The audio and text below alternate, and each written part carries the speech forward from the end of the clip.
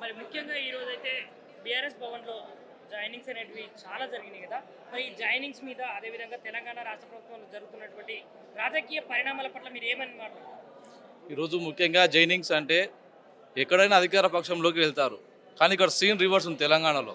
ఎందుకంటే కేసీఆర్ గారు చేసిన మేలు మరవక ఈరోజు జనాలు చాలా అవస్థ గోసలు పడుతున్నారు కాబట్టి ఆ పాలన మళ్ళీ రావాలి, రామరాజ్యం రావాలన్న ఒక ఉద్దేశంతో ఈరోజు కేసీఆర్ గారు మళ్ళీ సీఎం అవ్వాలని చెప్పేసి ఈరోజు ఎక్కడి నుంచి కాదు, మన తెలంగాణ నుంచే కాదు, ఇక్కడ ఎన్ఆర్ఐలు కూడా వాళ్ళు ఒక యుద్ధ ప్రాతిపదికన మనం ఇంతమందిని తీసుకొని వచ్చి వాళ్ళ జైన్ అవ్వడమే దీనికి ఒక మంచి ఉదాహరణ.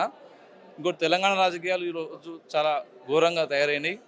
కాబట్టి ఈ కాంగ్రెస్ పాలనకు మనం చమర గీతం పాడాల్సిన రేవంత్ అవసరం. రెడ్డి గారి గురించి చెప్తే ఏమని చెప్తారు? ఇప్పుడు రైతుల గురించే గాని, నిరుద్యోగుల గురించే రేవంత్ గాని రెడ్డి గారి గురించి చెప్పాలంటే ఇప్పుడు ఏముందండి, ఏ పథకం తీసుకుని అన్ని ఫెయిల్యూర్. ఏ పథకం తీసుకుని ఒకటి కాదు, ఆడవాళ్ళకు అమ్మాయిల స్కూటీలు కానీ, రైతు బంధు కానీ, ఇట్లా అన్నీ చెప్పారు. అన్ని 420 హామీలు మొత్తం 420 లాగానే అవి వీగిపోయినాయి అని చెప్పేసి చెప్పొచ్చు. కాబట్టి రేవంత్ రెడ్డి గారు మళ్ళీ వచ్చే అవకాశమే లేదు. కాబట్టి ఖచ్చితంగా మన కేసీఆర్ గారు సీఎం అయ్యేదాకా మేము కూడా కష్టపడి పనిచేస్తాము. బీఆర్ఎస్ పార్టీ కార్యాచరణ ముందుగా ఎట్లా ఉండబోతుంది ముందు ముందు? తప్పకుండా అండి. ఇప్పుడు ఈ గవర్నమెంట్ ఫెయిల్యూర్స్ అన్నీ ప్రతి ఒక్కటి మేము చేసిన మేలు ఏముంది, ఇప్పుడున్న ఫెయిల్యూర్స్ ఏమున్నాయి, ప్రతి ఒక్కటి జనం దగ్గర తీసుకెళ్ళి మేము ఖచ్చితంగా కేసీఆర్ గారిని ముఖ్యమంత్రి చేసి తీరుతాం.